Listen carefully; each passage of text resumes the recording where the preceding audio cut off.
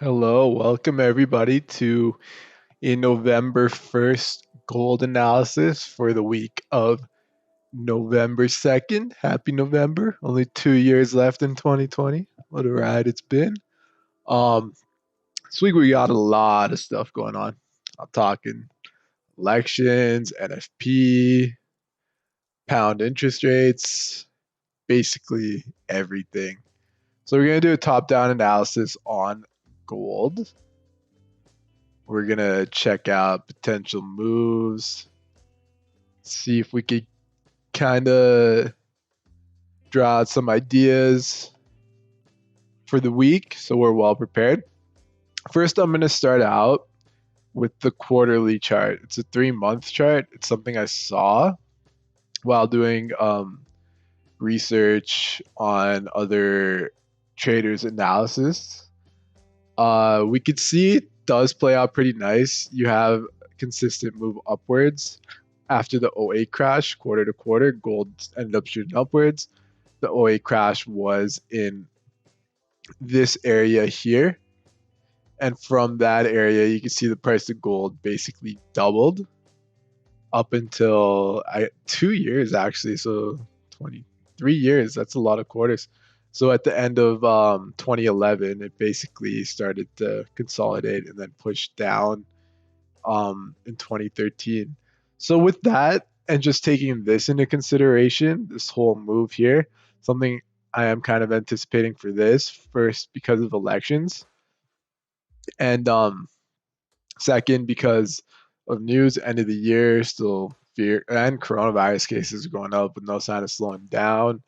Lockdowns incoming for several European countries.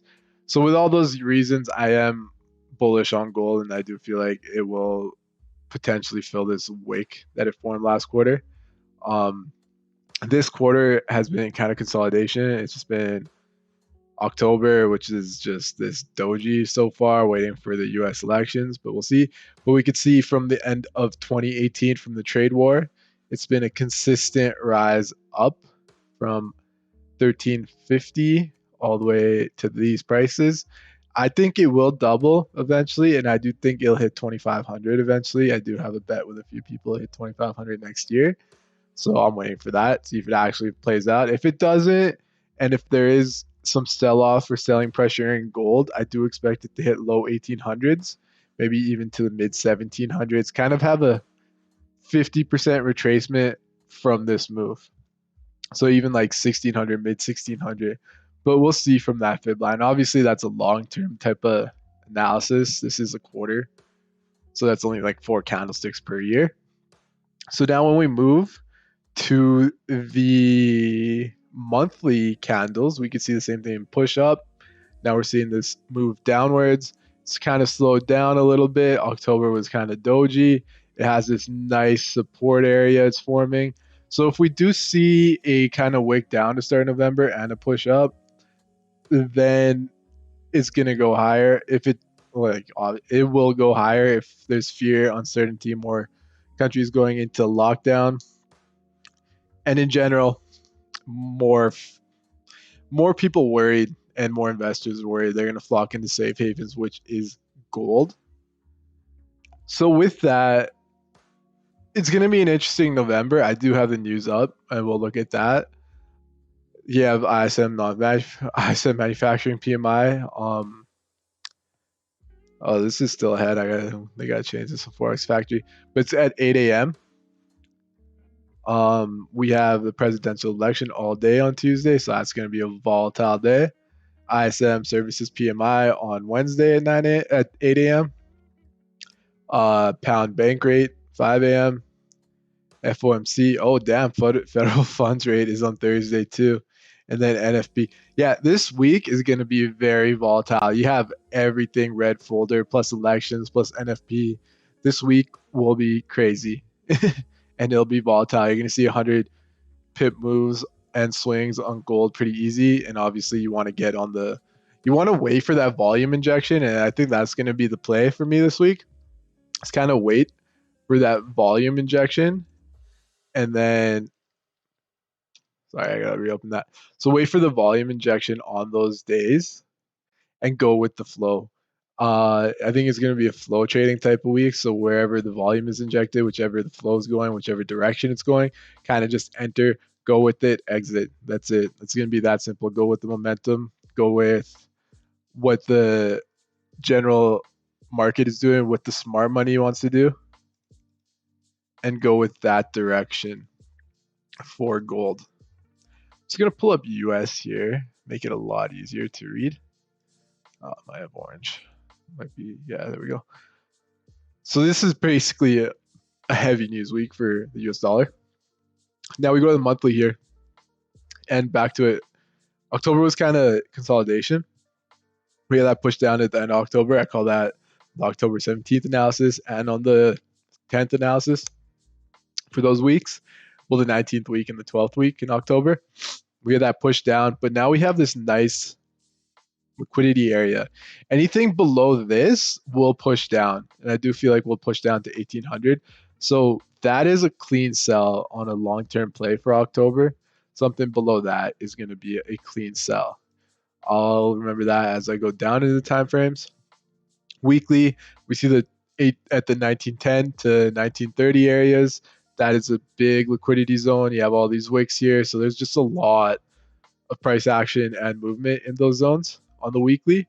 And we can see this last week was a red candlestick, and there can be anticipation for it to push down. I feel like Monday, I told Chan on the stream too, that we might have a push up on the daily when we get to the daily, and then push down for the week, kind of to the support area, kind of retest over here.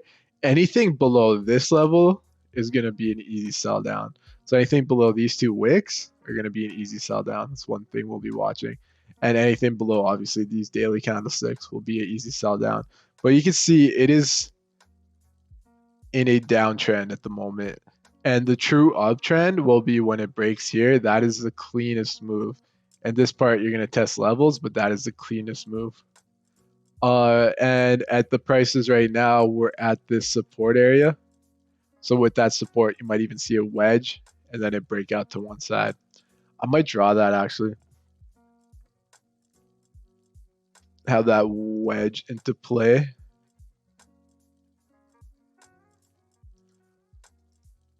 So we have a wedge right here. And then we have the lower end over here. I'm going to have one more line. I think that'll work perfect at the 1962 area. Whoops.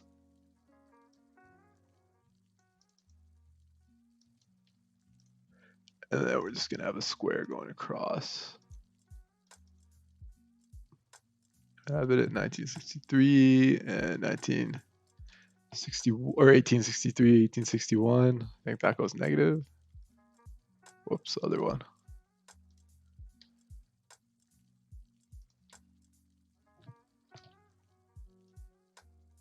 Whoops.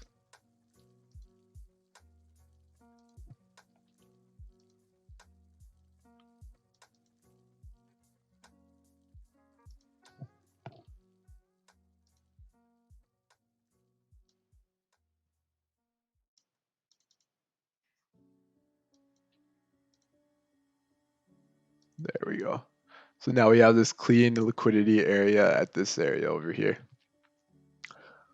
And we have the wedge going downwards. So I think it's going to bounce around here, and then near the end of November into December, you're going to have a true direction, whether it be up or down.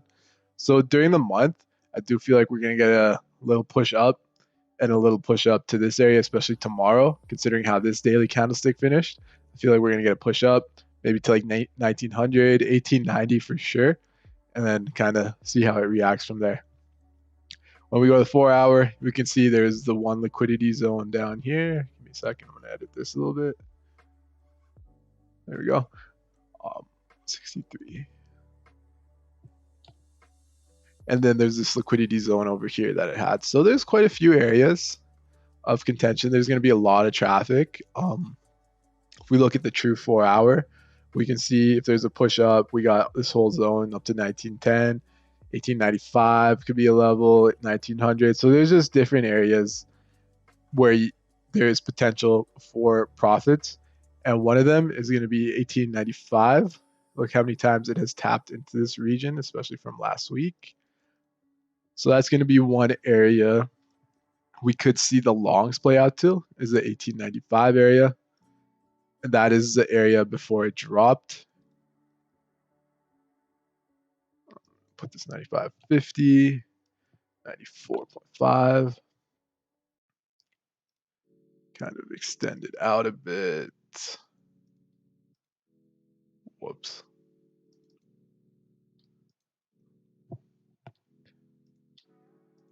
There we go. So that's another area we're going to watch on the long. Short's going to be below over here, especially below that candlestick. We'll have it on the 1 hour. Yeah, even the 1 hour, you can see this 1895 level. That is a big area of contention. And there's clean movement which price could react to and push higher. Let me go back to the 1 hour. So now if we have a holistic point of view on the 1 hour, we can see how it's reacting, how there's a support here, how it's in this kind of triangle. We could date this triangle wedge all the way back over here, which is exactly what we're going to do right now. Is that it? Okay, -1. There we go. Can I get the line? Perfect.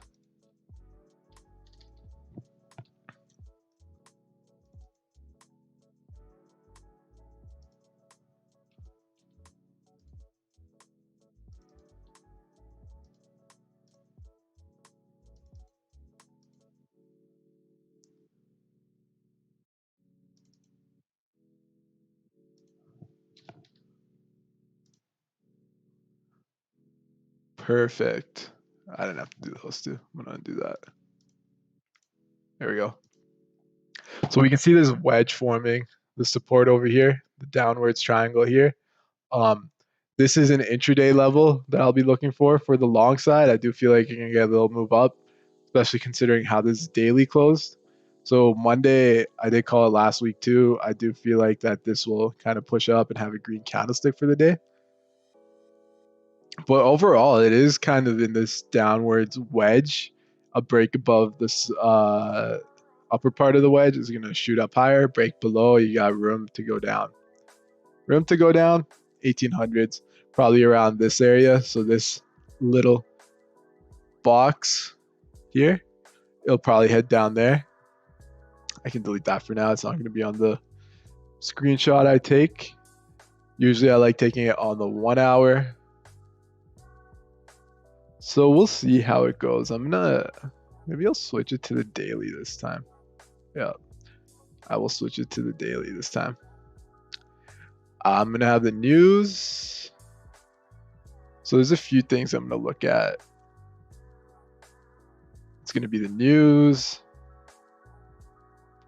the long idea, and the short idea. And then we're going to have the intraday ideas here. And I think one more tidbit down here too. It's going to be a pretty volatile week from experience and what I know. It's going to be crazy. Monday, November 2nd, 2020.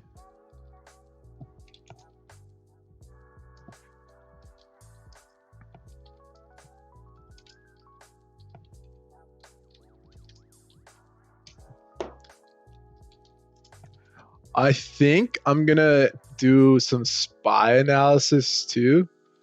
Kind of backtest it a little bit. I will be trading SPY, which is actually brought up by one of our friends. He trades it and it does move quite nice, especially after my Forex trading is done. I was watching it on Friday, and on a Friday it was moving nice. So just considering that, definitely gonna keep that on the watch list. Check it out and see if I could build a strategy with it for the rest of the day.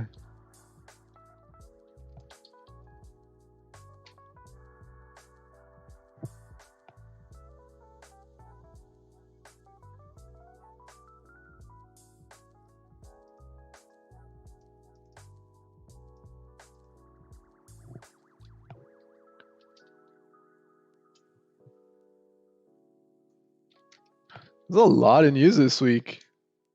Just from writing it down. If every day, there's not one day where there won't be news. Thursday's a big one.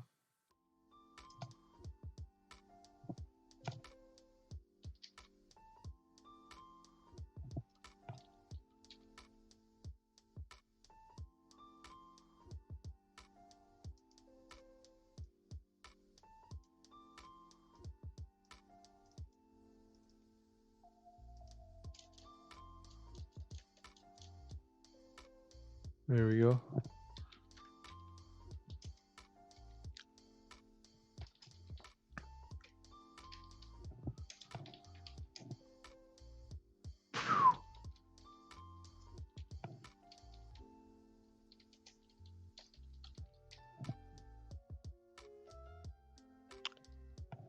Wow. And then we have the Fed funds rate at 12 o'clock p.m.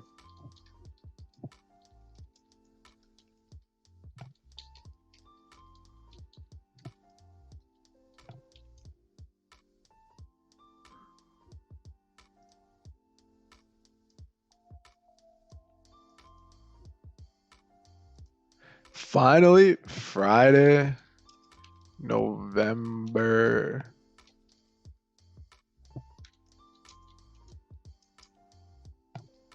2020, 6:30 a.m.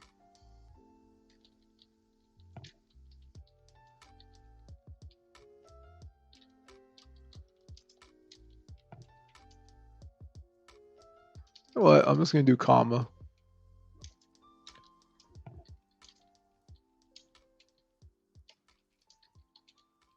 There we go. We have 3 pieces of news Friday in the morning. That is a hefty news day if I've ever seen one. That is a lot of stuff. We'll take out the 2020s.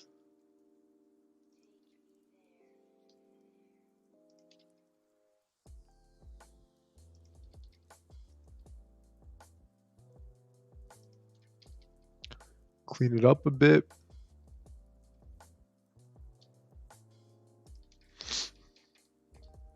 Perfect.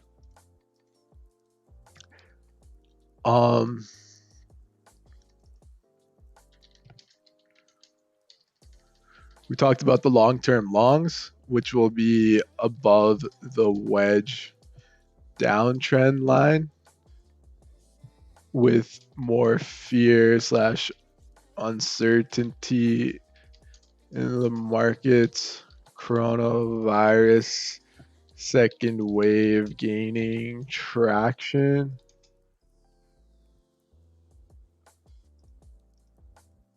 More countries going into lockdown and essentially economic uncertainty. That's basically it. Investors, smart money, and central banks would flock into safe havens, which would be gold, any other safe assets, even silver. Who knows, right?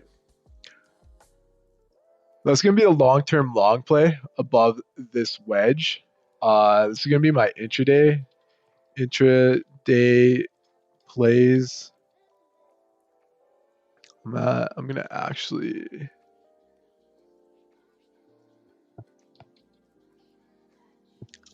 short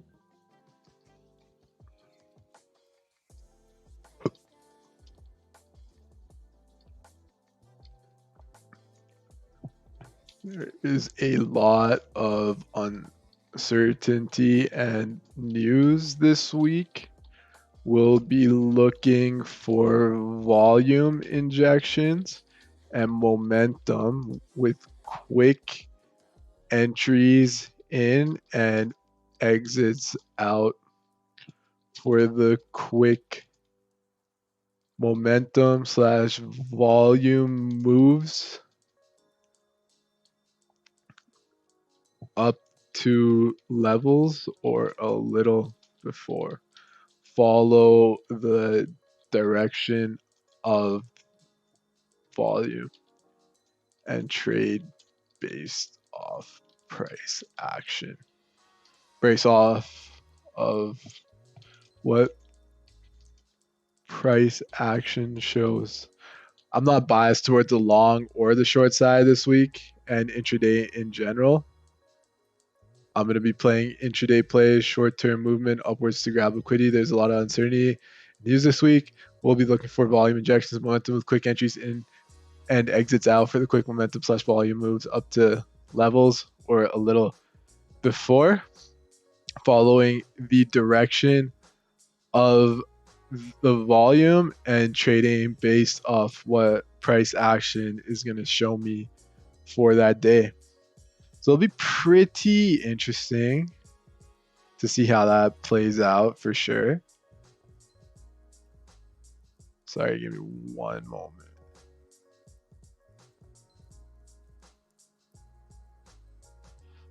And then finally for the short side, if it starts breaking lower, with the break lower, I would expect it to,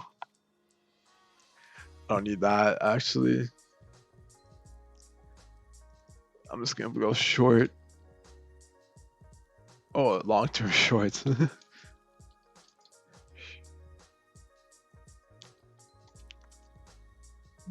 Big support price has formed over the past few months would be an easy sell towards low 1800s and potentially mid 1700s. If price starts to sell off heavy, we could easily see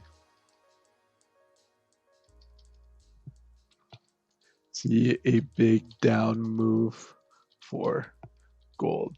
Once the support of 1850 breaks on high volume and a catalyst with it, we will see a sell-off. And then I did say I want that fifth one. Actually, it's going to be just a quick end of the year.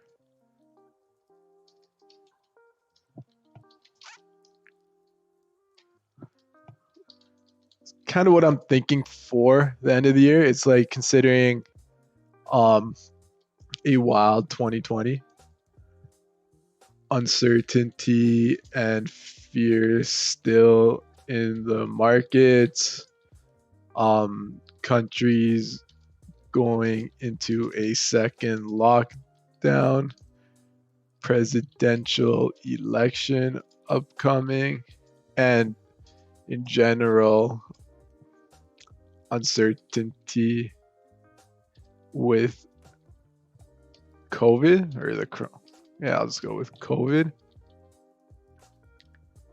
We could see smart money and central banks invest more into gold as a safe haven. Kind of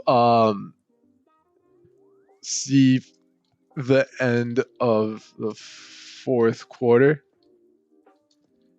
this year, pump up gold, so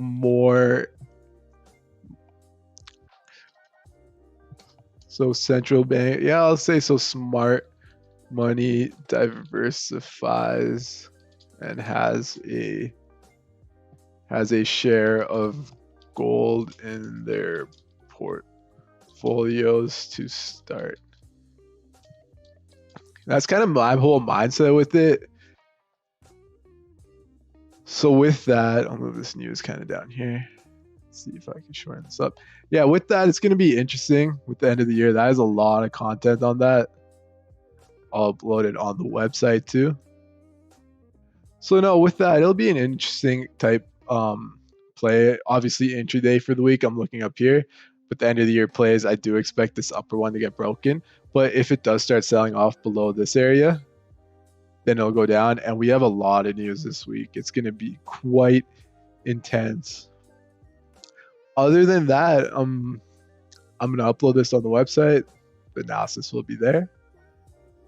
But hope everybody had a good weekend and enjoy the rest of the day. We'll catch you guys tomorrow.